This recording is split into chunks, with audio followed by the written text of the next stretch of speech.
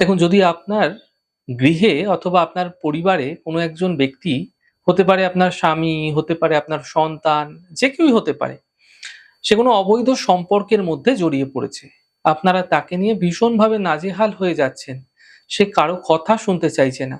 এমন ক্ষেত্রে আপনারা চাইছেন সেই অবৈধ সম্পর্ক থেকে যেন সে ধীরে, ধীরে বেরিয়ে আসে। এমন ক্ষেত্রে আপনারা, কালকে শনিবার রয়েছে, পরশুদিন রবিবার রয়েছে। তো রবিবার দিন রয়েছে শিবরাত্রি। আপনারা একটু সকাল, সকাল এই দিনকে আপনারা ঘুম থেকে উঠে লম্বা, লম্বা দেখে ৩ টি আখ পাতা জোগাড় করবেন। এরপর শিবরাত্রির দিন সন্ধ্যাকালে, অর্থাৎ ৬:৩০ ৭টার পরবর্তী সময়ে নিস্তব্ধ জায়গায়, কোনো একটি নিস্তব্ধ ঘরে চলে যান, যেখানে কেউ আপনাকে ডিস্টার্ব করবে না। এরকম জায়গায় বসে আপনাকে একটি প্রক্রিয়া করতে হবে। প্রক্রিয়া করার সময় বারবার এদিকে ওদিকে উঠে যাবেন না এবং কারো সঙ্গে কথা বলবেন না। মৌন থাকার চেষ্টা করবেন। একেকটি আখ পাতাকে ৭ টি করে টুকরো করবেন। ৭ টি করে টুকরো করে নেওয়ার পর সমান মাপে ৩ ৭ টি ২১ টি টুকরো হবে।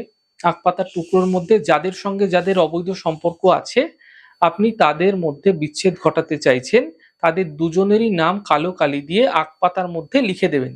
যে মন্ত্রটি আমি বলছি আপনাদের, সেই মন্ত্রের মধ্যে থাকা অমুক স্থানে কিন্তু মন্ত্রটি আপনাকে লিখতে হবে এবং অমুক স্থানে তাদের দুজনের নামটা লিখে দিতে হবে।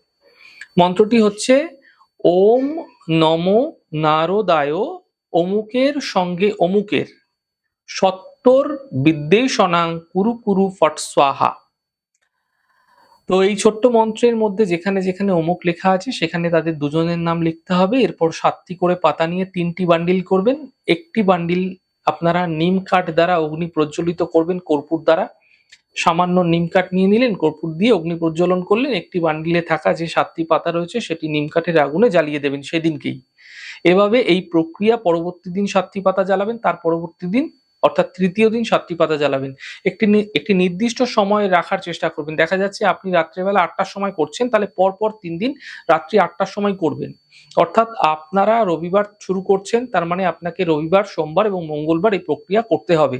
ছোট উপায়ের মাধ্যম দিয়ে আপনারা পরিবারে যিনি অবৈধ সম্পর্কে জড়িয়ে পড়েছিল সেই সম্পর্ক ধীরে, ধীরে বিচ্ছেদ আপনারা দেখতে পাবেন।